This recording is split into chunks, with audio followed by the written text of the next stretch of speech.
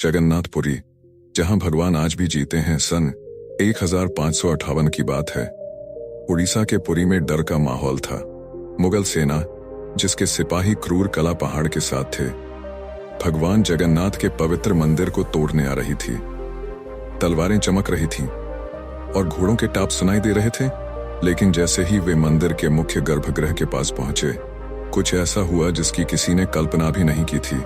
अचानक एक भयानक तूफान उठा। सूरज की रोशनी गायब हो गई और चारों ओर गहरा अंधेरा छा गया। फिर सैनिकों ने देखा कि मंदिर के अंदर से एक चमकीली रोशनी निकल रही है और उसके साथ कुछ ऐसा आ रहा है जो इंसानी नहीं था, कुछ डरावना और दिव्य। इस नज़ारे ने सैनिकों को इतना डरा दिया कि कई वहीं बेहोश हो गए और जो बचे वे ऐसे भागे मानो मौत उनके सामने खड़ी हो। क्या यह सिर्फ एक इतिहास था या सच में भगवान जगन्नाथ ने अपने धाम की रक्षा की थी? रहस्यमय मंदिर, जहां हर कोने में चमत्कार है। पुरी का जगन्नाथ मंदिर सिर्फ भक्ति का केंद्र नहीं, यह अनगिनत रहस्यों से भरी एक शांत दुनिया है।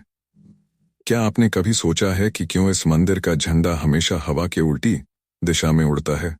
और क्यों मंदिर के ऊपर लगा सुदर्शन चक्र हर तरफ से आपको ही देखता हुआ लगता है? यह सब किसी चमत्कार से कम नहीं। प्राचीन भविष्यमालिका नाम की एक रहस्यमयी किताब में इस मंदिर से जुड़ी कई भविष्यवाणियां हैं जो हैरान करने वाली हैं। इनमें से एक थी कोरोना महामारी की भविष्यवाणी। किताब में लिखा था कि जब मंदिर का सबसे पुराना पेड़ गिर जाएगा, तब एक भयानक बीमारी आएगी। और सचमुच ऐसा ही हुआ। यह सिर्फ एक घटना नहीं, ऐसी और भी कई बातें हैं जो सच साबित हुई हैं। इस मंदिर के अंदर और भी गहरे रहस्य छिपे हैं जो आपको चौंका देंगे। इनमें सबसे बड़ा रहस्य है ब्रह्म पदार्थ का, जिसे भगवान श्री कृष्ण का दिल माना जाता है। कहते हैं यह दिल आज भी मंदिर में है और हर 12 साल में इसे पुरानी मूर्ति से निकालकर नई मूर्ति में रखा जाता है। यह प्रक्रिया इतनी पवित्र और गोपनीय है कि अगर कोई इसे देख ले तो उसकी मृत्यु हो जाती है। ऐसी घटनाएं पहले भी हुई हैं। पिछले 800 सालों से इस मंदिर का झंडा हर दिन बदला जाता है।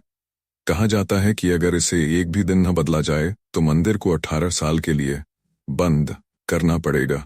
जब अंग्रेज आए तो उन्होंने इसे अंधविश्वास बताकर रोकने की कोशिश की, लेकिन फिर उनके साथ जो हुआ वह उन्हें भी हैरान कर गया। मंदिर के मुख्य द्वार पर 22 सीढ़ियां हैं जिन्हें पार करना होता है, लेकिन तीसरी सीढ़ी पर पैर रखना सख्त मना है। क्यों? क्या होगा अगर किसी ने इस पर पैर रख दिया? यह भी एक गहरा रहस्य है। और फिर आती है मंदिर की रसोई, दुनिया की सबसे बड़ी और रहस्यमयी रसोई। यहाँ 7 मिट्टी के बर्तनों में एक साथ प्रसाद बनता है। हैरानी की बात यह है कि नीचे की आग से सबसे ऊपर वाला बर्तन पहले पक जाता है। क्या यह रसोई विज्ञान के नियमों को चुनौती देती है? यह सिर्फ एक मंदिर नहीं, यह एक ऐसी जगह है जहां धर्म, विज्ञान, वास्तुकला और चमत्कार सब एक साथ मिलते हैं। यहाँ श्रद्धा सिर्फ पूजा नहीं, बल्कि रहस्यों से सामना करने की तैयारी है। कृष्ण का हृदय, एक अविनाशी रहस्य। 15 जून 2015 की रात 12 बजते ही पूरे पुरी शहर की बिजली काट दी गई। यह कोई सामान्य कटौती नहीं थी। मंदिर के गर्भगृह में एक अनोखी घटना चल रही थी। मुख्य पुजारी आंखों पर पट्टी बांधे और हाथों में मोटे दस्ताने पहने एक दिव्य चीज लिए भगवान की मूर्ति की ओर बढ़ रहे थे। यह श्री कृष्ण का दिल था, ब्रह्म पदार्थ। ठीक 12 साल बाद यह प्रक्रिया फिर दोहराई जा रही थी, जहां भगवान जगन्नाथ की पुरानी मूर्ति से उनके हृदय को निकालकर नई मूर्ति में स्थापित किया जाता है। यह भगवान के शरीर को बदलने जैसा है, लेकिन आत्मा को अमर रखने का एक अनुष्ठान। माना जाता है कि यह दुनिया का इकलौता मंदिर है जहां भगवान आज भी जीवित रूप में बसते हैं, और जब उनका शरीर पुराना होता है तो उसे ठीक वैसे ही नया शरीर दिया जाता है जैसे कोई आत्मा नया जन्म लेती है। कहते हैं इस ब्रह्म तत्व को आज तक किसी ने नहीं देखा, और जिसने भी देखने की कोशिश की वह जीवित नहीं बचा। जब नवकलेवर शरीर बदलने की रात आती है तो पुरी में कर्फ्यू जैसा माहौल हो जाता है। पूरे शहर की बिजली काट दी जाती है और मंदिर को घोर अंधेरे में बंद कर दिया जाता है। मंदिर के अंदर केवल वे ही ब्राह्मण होते हैं जिनके परिवार सदियों से यह काम करते आ रहे हैं। उनकी आंखों पर पट्टी बांधी जाती है और हाथों पर मोटे दस्ताने पहनाए जाते हैं ताकि वे न तो देख सकें और न ही महसूस कर सकें कि ब्रह्म पदार्थ क्या है। 2015 में एक पंडित ने गलती से इस ब्रह्म तत्व को छू लिया था, जिसके बाद वह तुरंत बेहोश हो गया, और जब होश में आया तो मानसिक रूप से पूरी तरह अस्थिर हो गया था। तो सवाल उठता है, ब्रह्म तत्व आखिर है क्या? क्या यह कोई दिव्य ऊर्जा है क्या यह सिर्फ विश्वास है या सच में कोई ऐसा अविनाशी पदार्थ मौजूद है जो युगों से जीवित है? माना जाता है कि यह ब्रह्म पदार्थ बहुत शक्तिशाली है, जिससे लगातार दिव्य ऊर्जा निकलती रहती है और इसमें हमेशा हल्का कंपन महसूस होता रहता है। प्रसिद्ध पुरातत्वविद प्रवीण मोहन के अनुसार श्री कृष्ण सिर्फ एक इंसान नहीं बल्कि एक सर्वोच्च सत्ता थे।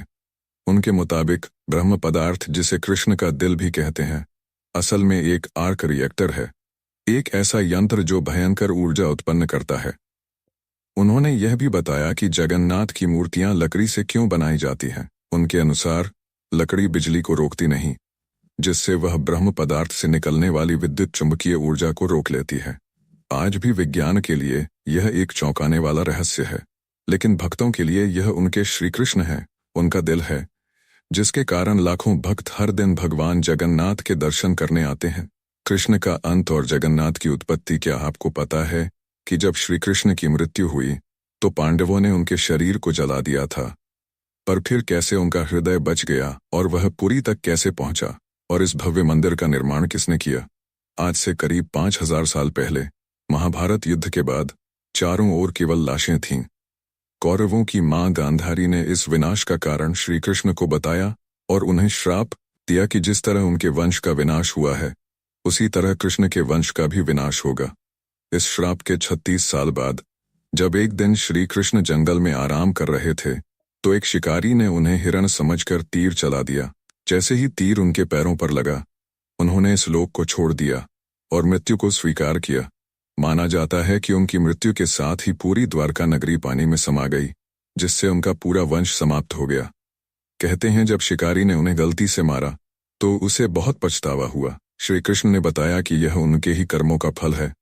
पिछले जन्म में शिकारी महान वानर राजा बाली था, जिसे श्री कृष्ण ने राम अवतार में छल से मारा था। जब पांडवों को श्री कृष्ण की मृत्यु की खबर मिली तो उन्होंने पूरे रीति रिवाज से उनका अंतिम संस्कार किया। उनका पूरा शरीर पंचतत्वों में विलीन हो गया, लेकिन उनका हृदय बच गया। वह जलने की बजाय और भी अधिक ऊर्जा से धड़कने लगा। इसी हृदय को बाद में ब्रह्म पदार्थ कहा गया। अर्जुन ने इस हृदय को लकड़ी के मंच पर रखकर नदी में बहा दिया। लंबे समय तक बहने के बाद यह ब्रह्म पदार्थ उड़ीसा के समुद्र तट पर पहुंचा। उस समय वहां सबरा जनजाति के लोग रहते थे। जनजाति के मुखिया विश्ववसु ने जब इस दिव्य और ऊर्जावान पदार्थ को देखा तो वे इसकी शक्ति से प्रभावित हो गए। उन्होंने तुरंत पहचान लिया कि यह भगवान का ही रूप है और इसे नीलमाधव के रूप में पूजना शुरू कर दिया। उसी समय मालवा राज्य में राजा इंद्रद्युम्न राज करते थे, जो भगवान विष्णु के बड़े भक्त थे। एक दिन भगवान विष्णु स्वयं उनके सपने में आए और उनसे कहा कि वे उनकी दिव्य मूर्ति नीलमाधव को ढूंढें और उनके लिए एक भव्य मंदिर बनाएं। भगवान ने बताया कि यह ब्रह्म पदार्थ उन्हें नीलांचल पर्वत में मिलेगा। राजा ने अपने ब्राह्मण पुजारी विद्यापति को मूर्ति खोजने का आदेश दिया। विद्यापति कई दिनों तक खोजते रहे और अंत में उन्हें पता चला कि आदिवासी मुखिया विश्ववसु ने इस मूर्ति को एक गुफा में छुपा रखा है और वे गुप्त रूप से उसकी पूजा करते हैं। जब विद्यापति ने दर्शन की अनुमति मांगी तो विश्ववसु ने मना कर दिया। तब विद्यापति ने विश्ववसु की बेटी ललिता से विवाह कर लिया और उसकी मदद से विश्ववसु को मना लिया। जैसे ही विद्यापति ने नीलमाधव की मूर्ति देखी, वे उसकी ऊर्जा से बहुत प्रभावित हुए और उन्होंने तुरंत यह बात राजा इंद्रद्युम्न को बताई। लेकिन जब राजा इंद्रद्युम्न वहां पहुंचे, तब तक विश्ववसु ने मूर्ति वहां से हटा दी थी। राजा बहुत उदास हो गए और अपने महल लौट आए। फिर से रात में भगवान विष्णु उनके सपने में आए और कहा कि पुरी के तट पर एक बड़ा नीम का पेड़ बहकर आएगा। तुम उस पेड़ से मेरी नई मूर्ति बनाना। वह पेड़ बहुत बड़ा था, जिसे उठाना आसान नहीं था। जैसे तैसे वे पेड़ को महल तक ला पाए, लेकिन अब सवाल था कि इस पेड़ से भगवान की मूर्ति कौन बनाएगा। कई कारीगरों ने कोशिश की पर सब असफल रहे। उन्होंने कहा कि पेड़ इतना मजबूत है कि उनके औजारों का इस पर कोई असर नहीं हो रहा। राजा परेशान हो गए। तभी एक दिन भगवान विश्वकर्मा एक बूढ़े साधु के रूप में वहां आए और उन्होंने कहा कि वे यह मूर्ति 21 दिनों में बनाकर देंगे। राजा बहुत खुश हुए, पर बूढ़े आदमी ने एक शर्त रखी। मैं एक कमरे में बंद रहकर 21 दिनों में यह मूर्ति बनाऊंगा और तब तक कोई भी इस कमरे का दरवाजा नहीं खोलेगा और न ही कोई अंदर आएगा। राजा ने शर्त मान ली और मूर्ति बनाने का काम शुरू हुआ। दरवाजा बंद किया गया और कमरे से औजारों की आवाजें आने लगीं। लेकिन 15 दिनों बाद अचानक आवाजें आना बंद हो गईं। महाराज की रानी गुंडीचा चिंतित हो गईं और महाराज से कहा कि उन्हें दरवाजा खोलकर देखना चाहिए, कहीं वह बूढ़ा व्यक्ति भूख प्यास से मर तो नहीं गया। राजा ने पहले तो मना किया, पर बाद में मान गए और दरवाजा खोल दिया। लेकिन जब दरवाजा खोला तो सभी हैरान रह गए। वह बूढ़ा व्यक्ति गायब हो चुका था और पीछे केवल 3 अधूरी मूर्तियां थीं। राजा को यह देखकर बहुत दुख हुआ, क्योंकि उनकी शर्त तोड़ने की वजह से भगवान की मूर्तियां अधूरी रह गई थीं। जगन्नाथ भगवान के हाथ और पैर अधूरे थे। बलराम और देवी सुभद्रा की मूर्तियां भी अधूरी थीं। जब राजा मूर्ति के पास गए तो उन्हें दिल की धड़कन महसूस हुई और मूर्ति के अंदर से एक दिव्य आवाज आई, जिसने राजा को बताया कि श्री कृष्ण का हृदय इस मूर्ति के अंदर है।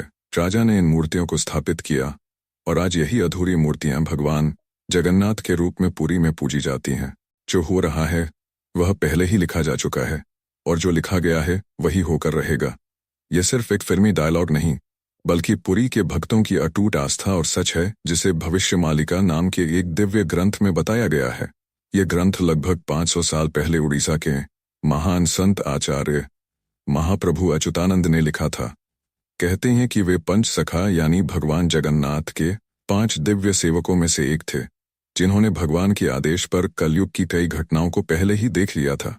यह ग्रंथ ओडिया भाषा में कविता के रूप में लिखा गया है, जैसे किसी गहरे रहस्य का संकेत दे रहा हो। भविष्यमालिका की सबसे चौंकाने वाली भविष्यवाणी 4 साल पहले तब वायरल हुई, जब लोगों ने दावा किया कि इसमें कोरोना महामारी का वर्णन भी है। नाना रोग आसीबा गोटे बड़ा, व्याधि लोका घरे रही बाहर कुना जीबा, यानी अनेकों रोग आएंगे, एक बड़ा रोग फैलेगा, लोग घरों में बंद रहेंगे, बाहर नहीं निकलेंगे। ये पंक्तियां 2020 की कोविड-19 महामारी की याद दिलाती हैं। इस किताब की एक और बात जो सच हुई है वह है मंदिर परिसर के ऊपर झंडे में आग लगने की घटना। कुछ साल पहले पहली बार त्रिदेव भगवान के वस्त्र में आग लगी थी। इस घटना के बाद कलयुग के अंत के बारे में एक बार फिर से बातें होने लगीं। कहते हैं कि 19 मार्च 2020 को पापनाश एकादशी के दिन जगन्नाथपुरी मंदिर में एक अखंड दीपक जलाया गया था, लेकिन अचानक तेज हवा चली और झंडा उड़कर दीपक के ऊपर चला गया, जिससे मंदिर के झंडे में आग लग गई। दूसरे मंदिरों की तरह जगन्नाथ मंदिर के गुंबद पर कभी कोई पक्षी नहीं बैठता और न ही कोई प्लेन या हेलीकॉप्टर उड़ता है, लेकिन जुलाई 2020 के बाद से मंदिर के गुंबद पर गिद्ध, चील और बाज देखे गए थे। ऐसे में दुनिया के महाविनाश की भविष्यवाणी एक बार फिर चर्चा में आ गई थी। भविष्यमालिका के अनुसार जब कलयुग का अंत करीब होगा तो भगवान जगन्नाथ मंदिर का नील चक्र, सुदर्शन चक्र, तूफान से टेढ़ा हो जाएगा। मई 2019 में समुद्री तूफान फानी के कारण यह विशालकाय चक्र टेढ़ा हो गया था। ऐसी ही और भी कई भविष्यवाणियां हैं जो सच हो चुकी हैं और कई प्रसिद्ध भविष्यवाणियां आने वाले समय को लेकर की गई हैं। 3 रथ यात्राएं एक साथ रुकेंगी, नदियां उल्टी दिशा में बहेंगी, ब्रह्म तत्व मंदिर से गायब हो जाएगा और अंत में भगवान के आखिरी अवतार कल्कि आएंगे। तो आप ही सोचिए, क्या यह महज संयोग है या सच में आचार्य अच्युतानंद को भविष्य देखने की शक्तियां प्राप्त थीं? अगर उन्होंने सैकड़ों साल पहले ऐसी बातें लिख दी जो अब सच हो रही हैं, तो क्या हमें उनकी बाकी भविष्यवाणियों को भी गंभीरता से लेना चाहिए? भविष्यमालिका कोई साधारण ग्रंथ नहीं, बल्कि वह कायनात का रोड मैप है, जिसे बस समझने की जरूरत है। मुगल आक्रमण और ब्रिटिश विरोध, आस्था की जीत। जैसा कि मैंने बताया, सन 1558 में मुगल सेना ने मंदिर को तोड़ने की कोशिश की थी और फिर उनके साथ जो हुआ वह चौंकाने वाला था। इस घटना को भी भविष्यमालिका में पहले ही लिख दिया गया था। साथ ही इसमें अंग्रेजों को लेकर भी कहा गया था कि गोरे लोग आएंगे और मंदिर को बंद कराने की कोशिश करेंगे। सन 1558 में उड़ीसा के पुरी इलाके में घना अंधेरा छाया हुआ था, आसमान में नहीं बल्कि लोगों के मन में, क्योंकि इस बार कोई सामान्य लुटेरा नहीं, मुगल सेना खुद मंदिर को गिराने के इरादे से आ रही थी। अफगान जनरल कला पहाड़, जो तब बंगाल का गवर्नर था, उसकी क्रूरता इतनी बदनाम थी कि उसका नाम सुनकर ही लोग कांप उठते थे। वह सनातन धर्म और मंदिरों से खास नफरत करता था। उस दिन उसकी फौज पूरी ताकत के साथ पुरी की ओर बढ़ी। घोड़े दौड़ रहे थे, तलवारें लहराई जा रही थीं और मंदिर की शांति में एक भयानक आंधी की आहट आने लगी। जैसे ही सैनिक मुख्य गर्भगृह की ओर बढ़े, अचानक मौसम बदल गया। तेज हवाएं चलने लगीं, आकाश काला पड़ गया, सूरज की रोशनी एकदम गायब हो गई और मंदिर के चारों ओर एक रहस्यमय घना अंधेरा छा गया। मंदिर के भीतर से एक चमकती हुई रोशनी निकली, जो किसी इंसान की नहीं थी। यह रोशनी जैसे ही बाहर आई, पूरा मैदान अचानक शांत हो गया। सैनिकों में अफरा-तफरी मच गई। कुछ बेहोश हो गए, कुछ डरकर उल्टा भागने लगे। बिना एक भी तलवार चले कला पहाड़ की पूरी फौज पीछे हट गई। आज भी पुरी की लोक कथाओं में यह कथा सुनाई जाती है कि जब भगवान की मर्यादा पर वार होता है तो वह खुद प्रकट होकर अपने धाम की रक्षा करते हैं। अब दूसरी घटना की बात करते हैं, जो है अंग्रेजों का विरोध और रथ यात्रा का संघर्ष। जब 1803 में अंग्रेजों ने पुरी पर कब्जा किया तो उन्होंने कई प्राचीन मंदिरों की संपत्तियों और अधिकारों को छीन लिया। लेकिन पुरी का श्री जगन्नाथ मंदिर एक ऐसा स्थान बना जहां जनता ने कभी भी नियंत्रण नहीं छोड़ा। ब्रिटिश अधिकारियों को मंदिर की अलौकिक घटनाएं और भक्तों की श्रद्धा समझ नहीं आती थी, इसीलिए उन्होंने इन्हें अंधविश्वास कहकर मजाक बनाना शुरू कर दिया। सन 1805 में ब्रिटिश कलेक्टर मिस्टर हंटर ने पुरी मंदिर के रीति रिवाजों को अतार्किक और बर्बर कहा। बात तब और बिगड़ी जब 1806 में ब्रिटिश प्रशासन ने पुरी की रथ यात्रा को बंद करवाने की साजिश रची। उन्होंने तर्क दिया कि रथ यात्रा के दौरान भीड़ अनियंत्रित हो जाती है और यह प्रशासनिक खतरा है। पर यह फैसला पूरे उड़ीसा में एक बड़े जन आंदोलन का कारण बन गया। लाखों लोग सड़कों पर उतर आए। मठों, आचार्यों और गांवों ने खुलकर विरोध किया। रथ यात्रा का रथ निर्माण कार्य लोगों ने खुद शुरू कर दिया, यह कहते हुए कि अगर भगवान नहीं चलेंगे तो हम भी नहीं चलेंगे, तो हम भी नहीं चलेंगे। इस जनता के दबाव और आक्रोश के चलते ब्रिटिश सरकार को पीछे हटना पड़ा और 1964 में फिर से रथ यात्रा की अनुमति दी गई। इसके बाद अंग्रेजों ने कभी पुरी मंदिर के अंदरूनी मामलों में दखल नहीं दिया। यमलोक का द्वार और सुदर्शन चक्र का जादू। अब चलिए आपको बताते हैं जगन्नाथ की तीसरी सीढ़ी का रहस्य, जिसे यमलोक का द्वार भी कहा जाता है। इस मंदिर में 22 सीढ़ियां हैं, पर सबसे खास है तीसरी सीढ़ी, क्योंकि इस पर पैर रखना सही नहीं माना जाता। धार्मिक कथाओं के अनुसार इस तीसरी सीढ़ी को यमशिला कहा जाता है। कहते हैं कि जो भी इस पर पैर रखता है उसके सारे पुण्य खत्म हो जाते हैं और उसे यमलोक जाना पड़ता है। दरअसल एक बार यमराज भगवान जगन्नाथ के पास पहुंचे और उनसे कहा कि भगवान, भक्त जैसे ही आपके दर्शन करते हैं उनके सारे पाप मिट जाते हैं। अगर ऐसा ही चलता रहा तो सभी व्यक्ति जगन्नाथपुरी के दर्शन करके पापों से मुक्त हो जाएंगे, जिससे यमलोक में कोई नहीं आएगा। तब भगवान जगन्नाथ ने कहा कि तुम इस मंदिर की तीसरी सीढ़ी पर अपना स्थान ग्रहण कर लो, और जो भी इस मंदिर की तीसरी सीढ़ी पर पैर रखेगा उसके पुण्य शून्य हो जाएंगे और उसे यमलोक जाना पड़ेगा। और तभी से इस सीढ़ी को यमशिला कहा जाता है, क्योंकि इसमें यम का वास है। अगर हम पुरी मंदिर के ऊपर लगे सुदर्शन चक्र की बात करें तो देखने वालों ने दावा किया है कि इस चक्र को आप मंदिर के किसी भी कोने से देखो तो ऐसा लगेगा मानो आपको ही देख रहा हो। मतलब इसे जिस भी दिशा से देखो यह सामने की ओर ही दिखता है। इसे आम भाषा में आर्टिफिशियल इल्यूजन, एक तरह का आंखों का धोखा कहा जाता है। पर यह आज भी विज्ञान के लिए एक रहस्य है कि कैसे इतने भारी चक्र को मंदिर के ऊपर लगाया गया और कैसे उस समय के लोगों ने यह प्रभाव बनाया। भक्त मानते हैं कि यह श्री कृष्ण का चक्र है, जिसे उन्होंने इस दुनिया की रक्षा के लिए इस मंदिर में स्थापित किया है। भविष्य मालिका की एक पंक्ति के हिसाब से जब यह मंदिर समुद्र में समा जाएगा तब कलयुग अपने अंतिम चरण पर होगा और तब आएंगे विष्णु के आखिरी अवतार। कल की दुनिया की सबसे रहस्यमयी रसोई जगन्नाथपुरी का रसोई घर दुनिया की सबसे बड़ी और सबसे रहस्यमयी रसोई है, जिसके अनोखे तथ्य और परंपराएं भक्तों को आश्चर्यचकित कर देती हैं। रसोई का सबसे बड़ा रहस्य यह है कि यहाँ भोजन 7 मिट्टी के बर्तनों में बनाया जाता है और हर एक बर्तन को एक के ऊपर एक रखा जाता है। स्वाभाविक है कि सबसे नीचे के बर्तन में ज्यादा आग आ रही है तो उसे सबसे पहले पकना चाहिए, लेकिन पुरी में ऐसा नहीं होता। यह चौंकाने वाली बात है कि 7 बर्तनों में जो सबसे ऊपर होता है उसका खाना पहले पकता है, जो विज्ञान के सारे सिद्धांतों को गलत साबित करता है। यहाँ भोजन बनाने का काम केवल सेवायत ब्राह्मणों द्वारा किया जाता है और किसी भी बाहरी व्यक्ति को अंदर जाने की अनुमति नहीं होती। इस पवित्र रसोई में किसी भी आधुनिक ईंधन या गैस का उपयोग नहीं किया जाता, बल्कि केवल लकड़ी के चूल्हे पर पारंपरिक तरीके से प्रसाद बनाया जाता है। पुरी मंदिर में रोजाना लगभग 500 से 2 लाख लोगों तक को महाप्रसाद बांटा जाता है। लेकिन चमत्कार देखिए, कभी भी खाना बर्बाद नहीं होता और कभी भी कम नहीं पड़ता। मान्यता है कि माँ लक्ष्मी स्वयं प्रतिदिन रसोई में आती हैं और रसोई के सेवकों को अंतः प्रेरणा देती है कि आज कितनों के लिए प्रसाद तैयार करना है। यह सिर्फ परंपरा नहीं, सदियों से चलती एक लीला है जिसे आज तक कोई इंसानी गणित नहीं समझ पाया। एक और चौंकाने वाली बात यह है कि इतने बड़े किचन में, जहां 500 से ज्यादा रसोइये और सेवक काम करते हैं, जहां हर दिन सैकड़ों क्विंटल अनाज, सब्जियां और मसाले इस्तेमाल होते हैं, वहां न कोई बदबू होती है, न ही कोई मक्खी। कहा जाता है कि यह अग्निदेव और माता लक्ष्मी की कृपा है जो इस रसोई को हर प्रकार की अशुद्धि से दूर रखती है।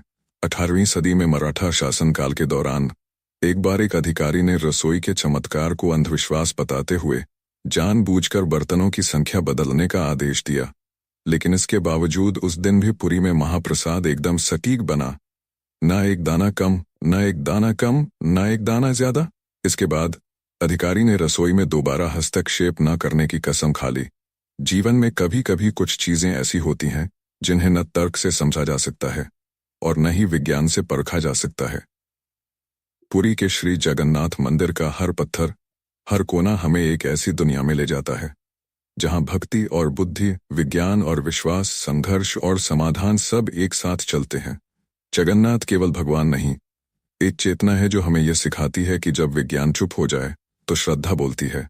तो अब सवाल यह है, क्या यह सब केवल संयोग हैं या कहीं न कहीं कोई ऐसी शक्ति है जो इन सबको संचालित कर रही है?